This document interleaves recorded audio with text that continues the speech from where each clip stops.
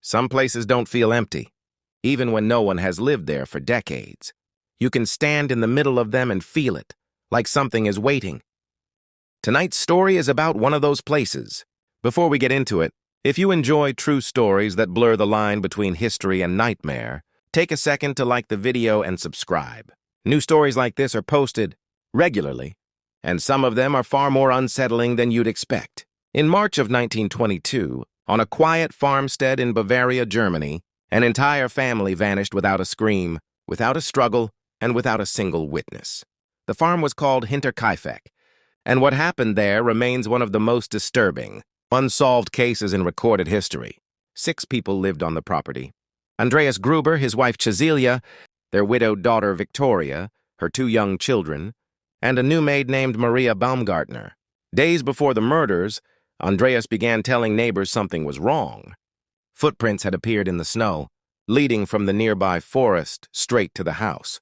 But there were no footprints leading back out. Tools went missing from the shed. Food disappeared from the pantry. At night, heavy footsteps could be heard pacing in the attic. When Andreas climbed up to investigate, he found nothing. No one else heard the sounds.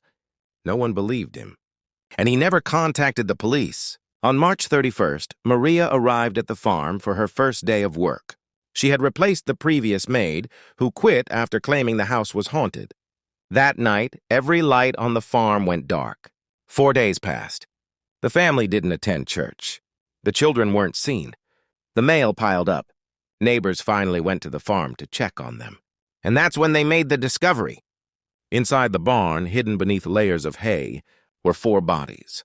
Andreas, his wife, Victoria, and her 7-year-old daughter.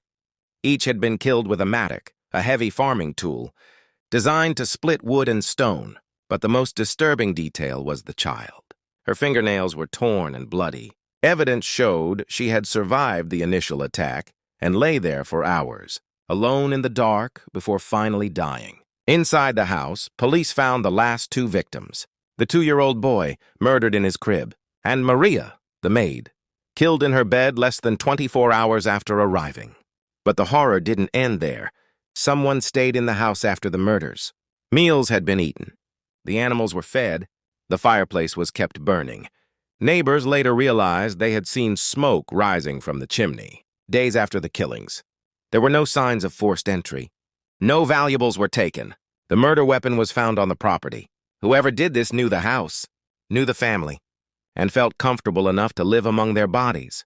Despite countless suspects and multiple investigations, no one was ever arrested. The farm was torn down years later, but the mystery was never buried. And even now, over a century later, one question still refuses to disappear. If the killer was never caught, how can anyone be sure they ever left? Make sure to like and subscribe for more true, scary stories like this one, because the next place that feels empty might not be.